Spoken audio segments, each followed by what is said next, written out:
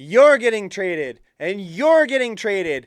And the St. Louis Cardinals have not had the type of season that they were expecting. So it's time to trade you and restock for next year. Let's see who they're going to trade and even talk about where. Let's go.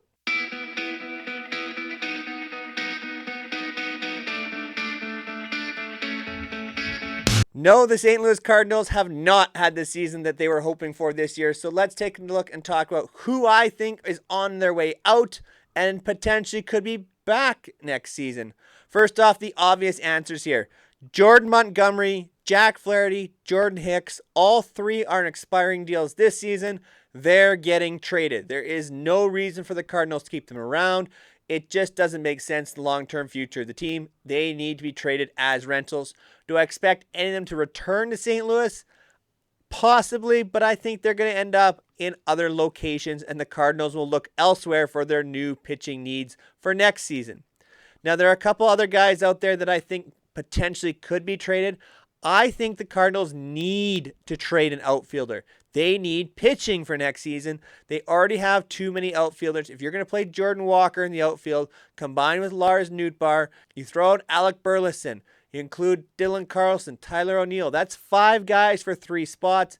Tommy Edman can play out there as well. It just doesn't make sense. They have too much outfield at the major league level. They need to deal an outfielder. And they need to be very careful because 3 outfielders they've traded in the last few years have worked out very well for other teams in Randy Arozarena, Adolis Garcia, and Lane Thomas. So they need to be very, very careful what they're doing here. But I think they do need to trade an outfielder. The 2 most logical candidates, Dylan Carlson and Tyler O'Neill. Carlson just hasn't worked out the same way that they were expecting to. Tyler O'Neill seems to be working his way out of favor in St. Louis. I'm not sure I understand why. He's put up more than 30 home runs in a season before. He's had injury issues, so maybe this is the time to move on from him. I think they need to trade one of these guys, and the market for people interested in outfielders is quite lucrative at the moment. The Yankees, Houston, San Francisco, Toronto, Minnesota, Philadelphia, Atlanta, all of these teams have interest in an outfielder. Some want one with control, some don't. But I think this is a time to strike for the Cardinals at the deadline to move out one of these outfielders to create some room and bring back some pitching potential. That's where their focus needs to be. If they're not getting pitching back in return, it doesn't really make sense. The other name out there has been talked about is Paul Goldschmidt. I don't think they trade Paul Goldschmidt, but the market kind of says maybe they kind of should. Goldschmidt has another year left on his deal, so any acquiring team has got him for 2 playoff runs potentially. And I don't know if Goldschmidt gets better from here. He was the MVP winner last year. He's fallen off a little bit this year, but that was to be expected. And he's reaching age 38. I don't know how many more good years Paul Goldschmidt is going to have. If they want to reload for next season, the Cardinals want to take another shot.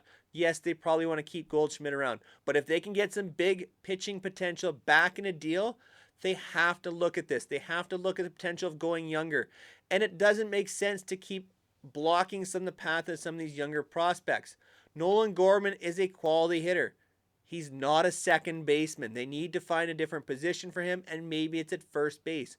Maybe Jordan Walker becomes the first baseman, and you alleviate that issue on the outfield. It's time to turn the page in St. Louis, and if you really want to turn the page, I think trading Paul Goldschmidt makes a lot of sense.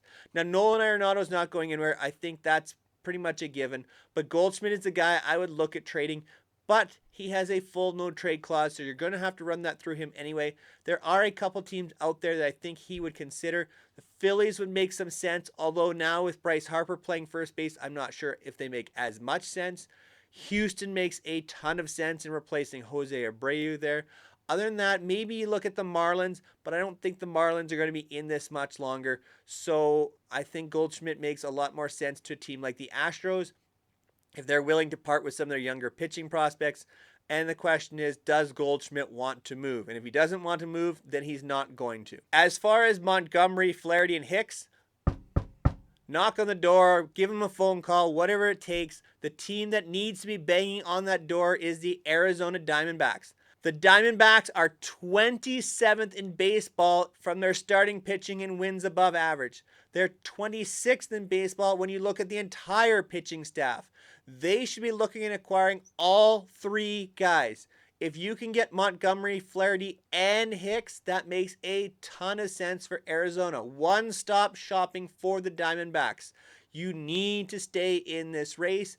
You can send out a couple of prospects the other way, maybe 3-4 guys, whatever it takes. You have some young pitching prospects that I think would interest the Cardinals. Then you combine Zach Gallen, Merrill Kelly, Jack Flaherty, Jordan Montgomery. There's your four-man staff for a playoff race. I think it makes a lot of sense. Jordan Hicks slides in the back of the bullpen. You combine him with Scott McGough. It makes a lot of sense for the Diamondbacks.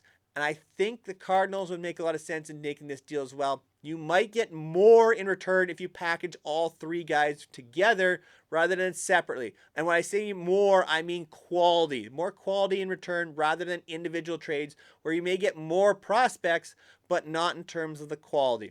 So I think this would make a lot of sense for the D-backs. Other teams to consider, the Dodgers, but I think that would be more of a broken up trade where you're dealing one of those starters rather than all three combined.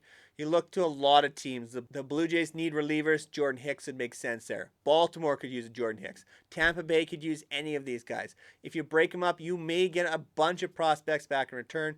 So it's going to be very interesting to see what the Cardinals do. I think there's a lot of potential there to get some pitching prospects back. Maybe guys right near the cusp at that AAA level. So we'll see what the Cardinals do.